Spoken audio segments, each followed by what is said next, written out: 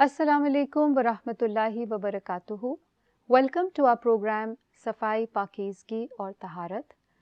नहमदुहु व नुसल्ली अला रसूलिहिल करीम. अम्मा बाद फ़अऊज़ु बिल्लाहि मिनश शैतानिर रजीम. बिस्मिल्लाहिर रहमानिर रहीम. रब्बिश्रह ली सदरी व यस्सिर ली अमरी वहलुल उक़दतम मिन लिसानी यफ़क़हू क़ौली.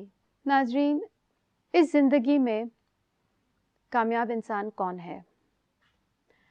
हम जिसको कामयाब समझते हैं वो वही है जिसको अल्लाह ताला ने बड़ा इल्म दिया, जिसकी बिना पर उसने तालीम हासिल की, फिर उसको आला दर्जे की नौकरी मिली या उसने अपना कारोबार किया, बहुत कुछ कमाया, अल्लाह ने उसको अच्छा घर, औलाद, बच्चे और दुनिया की नेमतें दी और सेहत दी, तो हम कहेंगे कि ये शख्स कामयाब है। लेकिन एक सवाल और भी है कि अगर दुनिया की कामयाबी ये है तो फिर आखिरत की कामयाबी क्या है? आखिरत की कामयाबी नाज़रीन दो चीज़ों पर मबनी है जो हम सब के लिए बहुत अहम है। हम में से कोई एक भी ये नहीं कह सकेगा कि इन दो में से एक तो मैं ले लेता हूँ और दूसरे की मुझे परवाह नहीं। उसको दोनों ही की अहमियत जाननी पड़ेगी। आखिरत की कामयाबी में दो चीज़ें, एक रास्ता जो जन्नत की तरफ ले जाएगा, वो लोग जो कामयाब होंगे, और एक रास्ता जहन्नम की तरफ जाएगा, वो लोग जो नाकाम रहे।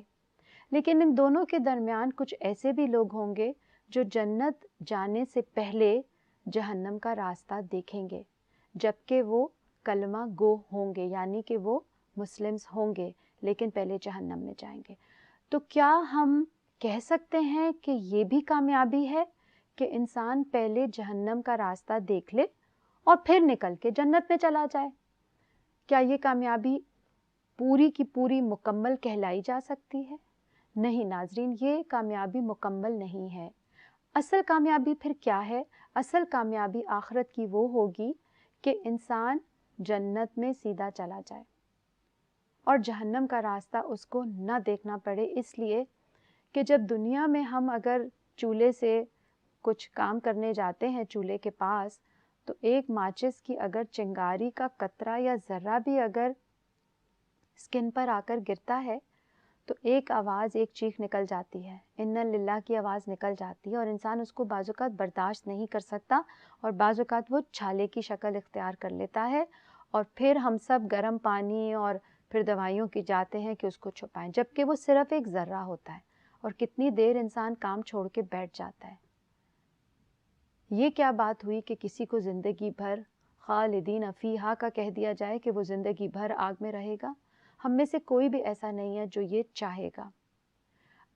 अब फिर सवाल ये पैदा होगा कि जब मामला है ही दुनिया पर मुनहसर कि यहाँ से निकल के हमने कहाँ जाना है, तो इसलिए जो कुछ इंसान बोएगा दुनिया में, उसका वो फल आखिरत में खाएगा। लिहाजा दुनिया में कामयाबी के साथ साथ इसका मतलब ये हुआ कि मुझे ऐसे ज़िंदगी के काम करने हैं जो मुझे आखिरत में भी कामयाब कर दें। फ़ातिरस समावाति वल अर्द अंता वलीयी फ़िद दुनिया वल आखिरा तवफ़्फ़नी मुस्लिमा व अलहिक़नी बिस्सालिहीन। या अल्लाह, दुनिया और आखिरत में आप हमारे दोस्त हैं, और आखिरत की दोस्ती अल्लाह की क्या होगी कि वो हमें आग से बचा ले और वो हमें अपनी जन्नत दे दे। बाज़-औक़ात लोग कहते हैं कि तुम सब ऐसे ही डराते रहते हो और अल्लाह ताला इतना गफ़ूरुर रहीम है कि वो किसी को जहन्नम में नहीं डालेगा। जी हाँ, ये बात तो बिल्कुल 100% दुरुस्त है कि अल्लाह गफ़ूरुर रहीम है, और वो अपना तारुफ़ भी अर्रहमान और अर्रहीम बिस्मिल्लाहिर्रहमानिर्रहीम अपने साथ ही नाम के वो रहमान और रहीम की सिफ़त बयान करता है। ये बात तो ठीक है, लेकिन फिर क्या बात है कि अगर वो जहन्नम में डालना नहीं चाहता तो जहन्नम का ज़िक्र क्यों किया कुरान में? फिर तो जहन्नम का ज़िक्र ही नहीं होना चाहिए था कुरान में, और कुरान के बारे में हम सब जानते हैं, ला रैब फ़ीह, इसमें कोई शक नहीं है। लिहाजा अब हम उस तरफ एक निगाह डालेंगे कि आखिर वो कौन सी चीज़ होगी जिसको अगर मैं इल्म के ज़रिए सीख लूँ और समझ लूँ तो मेरी दुनिया भी कामयाब होती है और मेरी आखिरत भी कामयाब होती है। नाज़रीन, वो है तक़वा। तक़वा क्या होता है? तक़वा के अंदर क्या क्या चीज़ें आती हैं? तक़वा ज़िंदगी में क्या फ़वाइद रखता है? तक़वा हासिल करने के क्या ज़रिए हैं? कौन कौन सी चीज़ें ہمیں تقویٰ کے حصول کی وجہ سے بچا لیں گی، بچ جائیں گے ہم ان سے؟ ان تمام چیزوں کو سمجھتے ہیں ناظرین ایک چھوٹے سے وقفے کے بعد. ہمارے ساتھ رہیے گا. السلام علیکم، ویلکم بیک ناظرین تقویٰ کا لفظ، پہلے اس کے لفظی معنی سمجھ لیتے ہیں. واو قاف یا اس کا روٹ ہے اور اس کا معنی ہوتا ہے کسی ایک چیز کے ذریعے دوسری چیز سے بچ جانا. عام زبان میں دینی اصطلاح میں اگر سمجھنا ہے تو گناہوں سے بچنا، لیکن ایک چیز کا دوسرے سے بچا لینے کا کیا معنی ہوگا کہ انسان دنیا میں اس طرح رہے کہ وہ گناہوں سے بچتا ہوا آخرت میں جب جائے تو جہنم سے بچ جائے. یعنی کہ دنیا میں گناہوں سے بچا تو الٹیمیٹلی کیا ہوگا؟ آخرت میں وہ جہنم سے بچ جائے گا. ناظرین سورہ البقرہ کی آیت نمبر 177، لیس البر ان تولوا وجوہکم قبل المشرق والمغرب ولکن البر من آمن باللہ والیوم الآخر والملائکۃ والکتاب والنبیین وآتى المال على حبه ذوي القربى والیتامى والمساکین وابن السبیل والسائلین وفی الرقاب وأقام الصلاة وآتى الزکاة والموفون بعہدهم اذا عاہدوا والصابرین فی البأساء والضراء وحین البأس اولئک الذین صدقوا واولئک هم المتقون.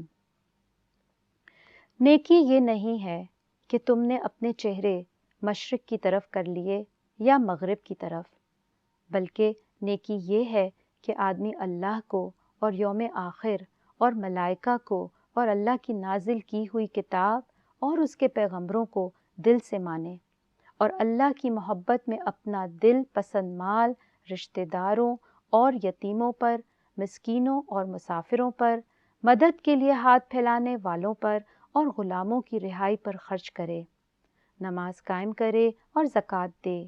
اور نیک وہ لوگ ہیں کہ جب عہد کریں تو اسے وفا کریں، اور تنگی اور مصیبت کے وقت میں اور حق اور باطل کی جنگ میں صبر کریں. یہ ہیں راست باز لوگ اور یہی لوگ متقی ہیں.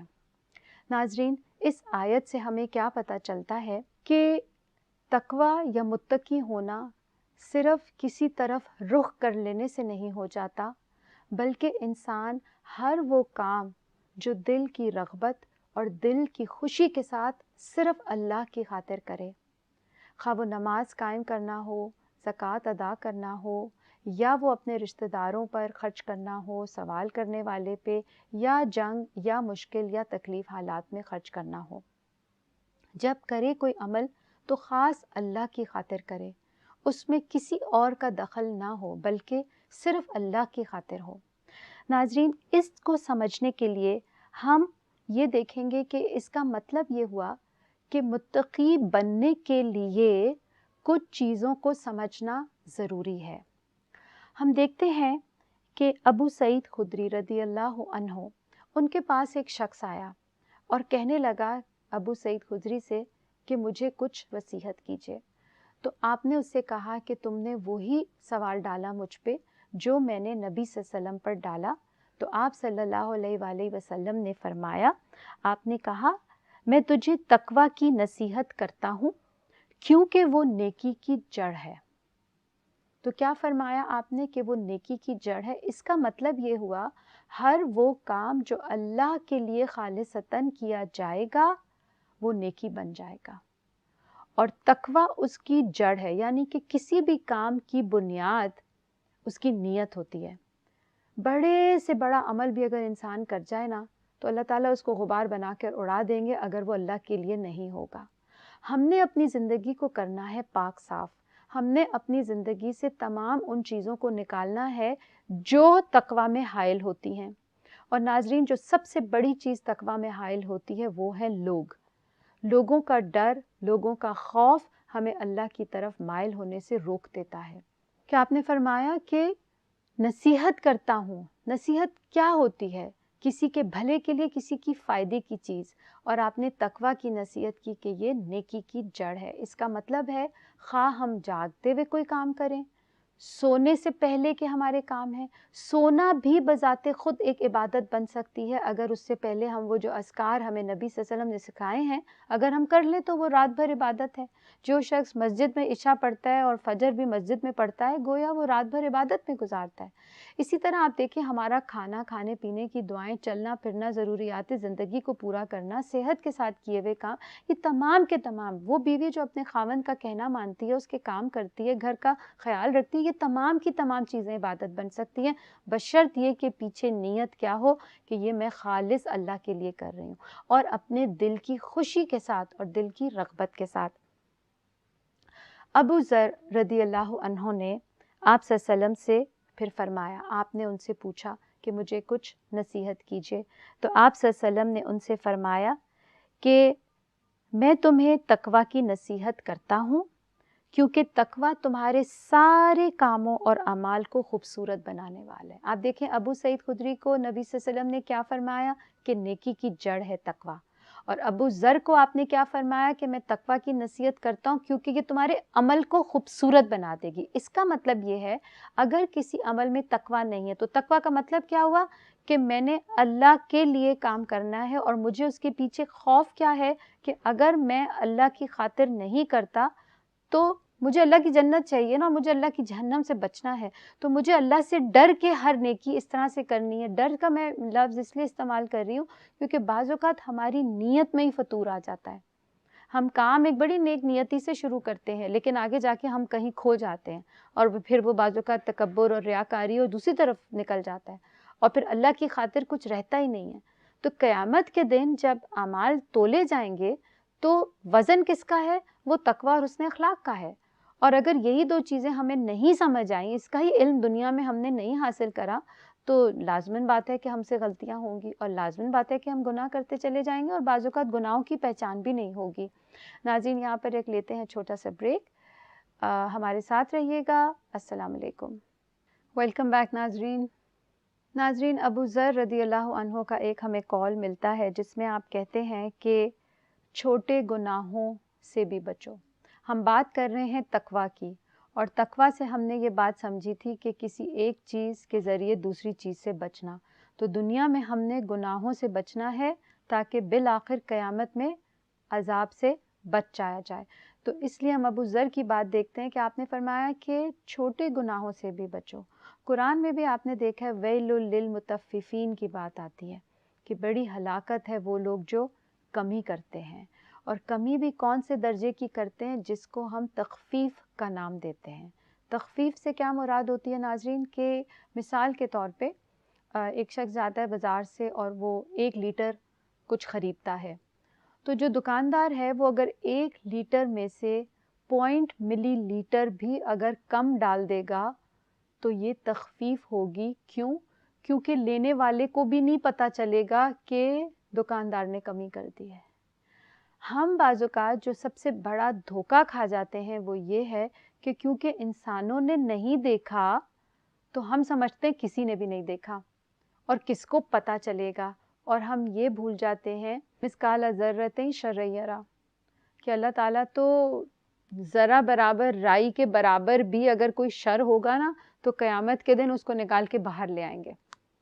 आप देखिए कि इसको समझाने के लिए नाज़रीन हज़रत यूनुस अलैहिस्सलाम की मिसाल देखिए कि समंदर की तह, तह में मछली, मछली का पेट। अब आप इससे अंदाज़ा लगा लें कि वहाँ भी हज़रत यूनुस अलैहिस्सलाम की दुआ सुन ली गई थी ना, ला इलाहा इल्ला अंता सुब्हानका इन्नी कुन्तु मिनज़ ज़ालिमीन, और फिर अल्लाह ताला ने उनको साहिल पे लाकर मछली ने उनको अपने मुंह से बाहर निकाल दिया और ज़िंदा सलामत निकाल दिया। तो इसी से हमें अंदाज़ा लगा लेना चाहिए कि अल्लाह तो हर चीज़ देखता और सुनता है। तो लिहाजा हर वो छोटा गुनाह बेशक कि वो किसी की निगाह से भी ओझल हो, लेकिन अल्लाह ने देख लिया। तो ये जो खौफ और डर है हमारे अंदर, ये हर वक़्त होना चाहिए कि मुझे अल्लाह देख रहा है। मैं घर पर हूँ, मैं अकेले हूँ, मैं दफ़्तर में हूँ, मैं किसी काम से निकला, मैं बाज़ार गया, मैं कहीं भी हूँ, क्या ये खौफ और ये डर मेरे अंदर रहता है? अगर रहता है तो इसी का नाम तकवा है। दूसरी चीज़ हम देखते हैं नाज़रीन वो ये कि तकवा के मायनों में एक और चीज़ आती है कि वो जो दूसरे करते हैं لیکن ہم نہ کریں. آج آپ دیکھیں جھوٹ کتنا عام سا گناہ ہے نا. ہر کوئی کہتا ہے بھئی اب کیا کریں, کاروبار میں تو جھوٹ بولنا پڑتا ہے. آپ دیکھیں رشتے لینے جاؤ تب جھوٹ بول رہے ہیں, کاروبار ہے تو تب جھوٹ بول رہے ہیں, اسکول میں نام لکھوا رہے ہیں تب جھوٹ, تو کوئی بڑی بات نہیں ہے. لیکن یہ عمل اگر اس لیے اپنایا جائے گا کہ کیونکہ لوگ کرتے ہیں, کو پتہ ہے کہ قیامت کے دن اللہ تعالیٰ ہم جو کام لوگوں کی وجہ سے کرتے ہیں یا لوگوں کو خوش کرنے کے لیے کرتے ہیں, قیامت والے دن اللہ تعالیٰ لوگوں سے کہے گا پھر انہی سے جا کے اپنی جزا بھی لے لو, پھر تم میرے پاس کیا کرنے آئے ہو. تو جزا اور سزا دینا اللہ کا کام ہے. لہٰذا ہمیں یہ بھی نہیں دیکھنا کہ دوسرے کیا کرتے ہیں. آپ دیکھیں کہ اگر دوسروں کے لیول پر اترنے لگ گئے, جس کو ہم ٹٹ فار ٹیٹ کرتے ہیں عام زبان میں, تو پھر تو انسان تقویٰ کے قریب بھی نہیں بھٹک سکتا. اگلی چیز ناظرین وہ یہ ہے, جیسے آتا ہے ایک مفہوم آتا ہے حدیث کا کہ ہر انسان کی ایک چراگاہ ہوتی ہے اور اللہ کی چراگاہ اس کی حرام کردہ چیزیں ہیں, تو ہم نے ان کے بھی قریب نہیں پھٹکنا. حرام تو بہت بڑا لفظ ہے اور بڑی ظاہر ہے وہ تو کبیرہ گناہ میں چلا جائے گا. ہم نے اس کے قریب یعنی کہ وہ چیزیں جو شک میں بھی ڈال دیں تو پھر تقویٰ کا تقاضا کیا ہوگا کہ ان کو بھی چھوڑ دیا جائے. اسی طرح اگلی چیز ہوگی جائز اور مباح چیزوں کو چھوڑنا. اب آپ شاید یہ سوچ رہے ہوں گے کہ یہ تو ہر چیز سے ہی ہمیں منع کر رہی ہیں, تو پھر اب ہم کریں کیا؟ نہیں, ایسی بات نہیں ہے. آپ دیکھیں گے کہ جب یہ چیزیں چھٹ جائیں گی نا تو پیچھے سے پاک اور صاف چیزیں رہ جائیں گی.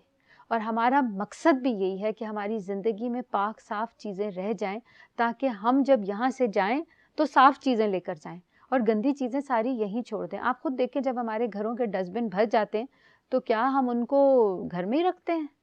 ہم ان کو پھینک دیتے ہیں نا, اور روزانہ پھینکتے ہیں. ایک دن آپ اپنے گھر کا کچرا نہ پھینکیں تو اپنے گھر میں بدبو دیکھیں کیسی آئے گی. ایک ٹرک گندگی کا گزر جائے تو کتنی دیر تک اس کا اثر رہتا ہے. آپ کسی خوشبو کو بند کریں گے, بے شک اس کو ڈبے میں بند کر دیں, خوشبو باہر آئے گی, تو بدبو کو بند کریں گے تب بھی باہر آئے گی.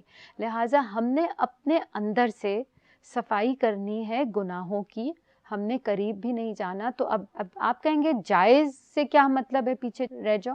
آپ نے دیکھا ہوگا بعض اوقات ایسی جابز, ایسے بزنس, ایسے کام ہوتے ہیں کہ کام تو جائز ہے لیکن اس کے جو ذریعے ہم اختیار کرتے ہیں, آپ دیکھیں جھوٹ بول کے کتنے ہی ہم لوگ کام کر لیتے ہیں نا. تو ایسی جگہ جہاں ہم سے غلط کام کروایا جائے گا, نوکری کرنا جائز ہے, تجارت کرنا جائز ہے, لیکن اس کے اندر رہتے ہوئے جو غلط چیزیں اگر ہم نے اپنا لی تو وہ پورا کا پورا مال اور پوری کی پوری تجارت یا پوری کی پوری جاب ہماری خراب ہوتی ہے. تو اس سے اپنے آپ کو بچائیں.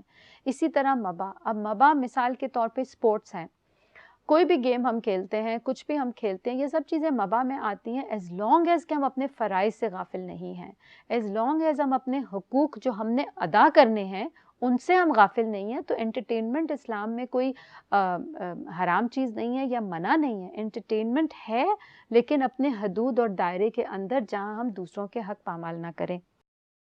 اسی طرح نبی صلی اللہ علیہ وسلم نے فرمایا تھا کہ التقویٰ ہا ہونا. آپ نے 3 بار یہ بات دہرائی تھی کہ تقویٰ جو ہے وہ دل میں ہوتا ہے, یعنی کہ یہ کوئی مادی چیز نہیں ہے کہ آپ جا کے اس کو پکڑ کے لے آئیں گے یا خرید کے لے آئیں گے. یہ ایک دل کی کیفیت ہے جو کرنے سے اور سمجھنے سے ہی آئے گی. ورنہ آپ دیکھیں کہ کیا وجہ ہے کہ صحابہ کو جب شراب حرام ڈکلیئر ہوئی تھی تو کیا بات تھی کہ انہوں نے وہ گھونٹ لی. اب اکثر جب ہم لوگ ناظرین بات کرتے ہیں تو لوگ کہتے ہیں کہ آپ ہمیں 1400 سال پرانی باتیں کیوں بتاتے ہیں, ہم سے آج کی بات کریں. ہمارے لیے مشعل راہ نبی صلی اللہ علیہ وسلم ہے, اور نبی صلی اللہ علیہ وسلم کے بعد آپ کے صحابہ, اور پھر صحابہ کے بعد تابعین, تبع تابعین. ہمارے پاس علماء ہیں, ہمارے پاس بزرگوں کے قول ہیں, ہمارے پاس بہت ذخیرہ ہے. جب ہمارے پاس ذخیرہ موجود ہے تو ہم کیوں نہ اس کو استعمال کریں اور کیوں نہ وہاں سے مثال لیں. کیونکہ انعمت علیہم تھے, صحابہ انعمت علیہم میں سے تھے, اللہ نے ان پر انعام دے دیا ہے. ہم میں سے کتنے لوگ ہیں آج جو ٹیکنالوجی کا بہترین استعمال کر کے بھی یہ گارنٹی دے سکتے ہیں کہ وہ اللہ کے ہاں پسندیدہ ہو گئے؟ تو گارنٹی تو نہیں ہے, اس لیے مثال وہاں سے لینی ہمارے لیے ہی فائدہ مند ہے. اسی طرح ہم دیکھیں گے امام راغب کہتے تھے کہ نفس کی حفاظت ایسی چیز سے کرنا جو گناہ میں ڈالتی ہو. تو اپنے آپ کو ہم نے ہر اس چیز سے ناظرین بچانا ہے جو ہمیں گناہ کی طرف مائل کرتی ہو. ناظرین یہ وہ تمام چیزیں تھیں جو تقویٰ کے نیچے آتی ہیں, اور امید ہے کہ اس سے ہمیں بات واضح ہو گئی ہوگی کہ تقویٰ کیوں ضروری ہے ہمارے لیے, کیونکہ ہم نے بچنا ہے آخرت میں. नाज़रीन, जैसा कि हम सब जानते हैं कि ईद उल फ़ितर का मौका और नबी सल्लल्लाहु अलैहि वसल्लम ने हमारे मुसलमानों के लिए साल में जो 2 ईदैन हैं, इन दोनों को हमारे लिए एक जश्न और एक मुबारक दिन और एक फेस्टिवल का दिन करार दिया है। यानी कि ये वो दिन है जिस दिन हम खुशियाँ मनाएं, हम एक दूसरे से मिलें, हम तोहफ़े तोहफ़ एक्सचेंज करें, हम अल्लाह ताला का शुक्र अदा करें, सुबह ईद की नमाज़ पढ़ने सब मिलकर जाएं। नबी सल्लल्लाहु अलैहि वसल्लम का तरीका होता था कि आप अपने घर से कुछ ना कुछ मीठा खा के निकला करते थे और इसी तरह तकबीरात पढ़ते हुए एक रास्ते से जाते थे और दूसरे रास्ते से वापस आते थे। अब हमें चाहिए कि हम, और आपने इनकरेज किया है कि अपनी औरतों को भी मस्जिद लेकर जाओ, तो हमें चाहिए कि हम चांद रात से जहाँ हम ईद की तैयारियाँ करें, वहाँ हम सुबह नमाज की तैयारी के लिए तकबीरात का हमें पता होना चाहिए, बच्चों को सुबह उठाएं नमाज के लिए और ईद की नमाज़ पे सबसे मिले मस्जिद में। ये एक बड़ा सोशल गैदरिंग भी होती है और उसके बाद अपने तमाम रिश्तेदारों के साथ खाएं पिएं, एंजॉय करें। अक्सर लोग ईद पर सोकर दिन गुजार देते हैं, ये फेस्टिवल है, इसको एंजॉय करें क्योंकि ये ऐन रमज़ान की और इस उम्मीद के साथ कि अल्लाह ताला ने हमारे रोज़े और हमारी इबादत हमसे कबूल कर ली हों। नाज़रीन, इंशाअल्लाह मुझे उम्मीद है कि जो कुछ हमने अब तक सीखा है वो हम सब के लिए करामत साबित होगा और अल्लाह ताला हम सबको तौफीक दे कि इसको हम अपने अमल में भी लेकर आएँ। नाज़रीन, इसी के साथ अब मैं आपसे इजाज़त चाहती हूँ। अस्सलामु अलैकुम व रहमतुल्लाहि व बरकातुहू। सुब्हानकल्लाहुम्मा व बिहम्दिका अशहदु अल्ला इलाहा इल्ला अंता अस्तगफिरुका व अतूबु इलैक।